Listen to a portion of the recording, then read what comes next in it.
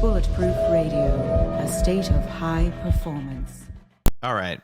Someone's holding a gun to your head, and you have to get one of the available vaccines now. Mm-hmm. Which is the least evil of them? Which one would you pick? I wouldn't pick any. That's the answer to my question. I would not take any. Because I know, but so you just take the bullet to the head? I mean, literally, you would die before you get a vaccine? I'm going to probably die anyway. Wow. Okay, I didn't expect you to say that. Yeah. Yeah, I mean, believe me, there's a very large price on my head. A very large price, and I have to pay a lot in security to make sure that they're not successful. Oh, I know you, and I believe that you've definitely made waves in some big industries where people do not like you, and I mean, I've literally you're doing good work.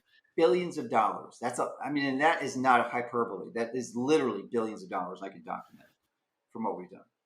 And when you cause billions of dollars lost to a corporation, you are on their hit list.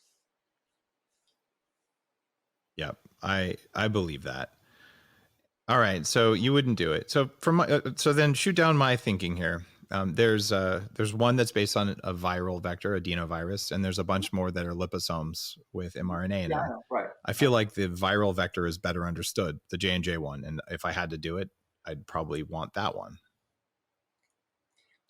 Good logic. Of course, we don't know. We don't know. It's the law of unintended consequences. It may make sense. I'm concerned about these adenoviruses, and that's one of the reasons I'm concerned about CRISPR. I think CRISPR, for biohacking and longevity purposes, it has so much potential. They just awarded to Jennifer the Nobel Prize just a few weeks ago to Jennifer. Do I know? It's hard to say her last name. Mm-hmm. And another person that got it. So it has great potential, but the CRISPR process uses the adenoviruses typically. There might be other viral vectors, but we have no idea what the long-term unintended consequences of that intervention is. So I'd be really, really careful. That's a fair point. Yeah. All right. So just of the two, sometimes, if you're in a position where you really don't have a choice, and you're listening to the show, what should I do? From my perspective, I think there is unknown risk of all sorts of things, including getting the virus, including getting the vaccine. And I like to have more data before I make decisions, which some people think makes me a bad person. I think it just makes me rational. How much time do we need to have since this first wave of vaccines to know whether the bad consequences are there? Is this a 2-year problem? Is this a 10-year problem? You're going down the wrong line of thinking. There is absolutely, in my mind, and most every other expert, there's 100% no justification for this vaccine. Zero. No one has ever said or claimed that it prevents the disease. All it does is lessen the symptoms. And you can treat this with the nebulous peroxide. Probably 95% of the people wouldn't even need it. Vitamin D, all the other things we talked about, are far more effective. Oh, yeah. Virtually free and of side effects and don't cost anything. It's crazy. So we don't need a vaccine. It's the wrong strategy. You're falling into the propaganda narrative that they follow. Not at all. Here's why. Okay, I'm with you 100%. Properly functioning immune system and biology, you're meant to be able to handle this stuff. We've done this forever. So we're 100% aligned. But I know people like, look, Dave, if I get a vaccine, I get to see my mother before she passes. If I get a vaccine, I can reunite with my young children. And I know it's stupid. I know it doesn't work, but I am going to go years without seeing my family if I don't do something I don't want to do. So since I have to do it in order to achieve other goals that have nothing to do with vitamin D, what the heck am I going to do?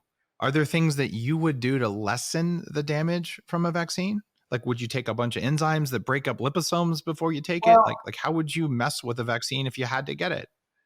Well, that's a good question. And interestingly, I've interviewed a lot of good people, and I think Judy Mikovits being one of the best. Yeah, you would know.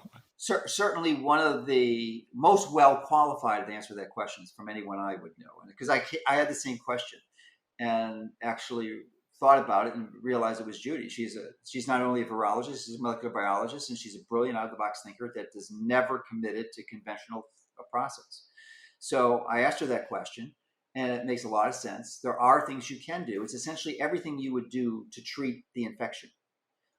Some of the other things she adds in that's really... Before the vaccine, yeah. So you have your vitamin D levels perfect. You're doing all the biohacks. We talked about metabolically flexible, avoiding linoleic acid, which you're such an early adopter of. Kudos for that.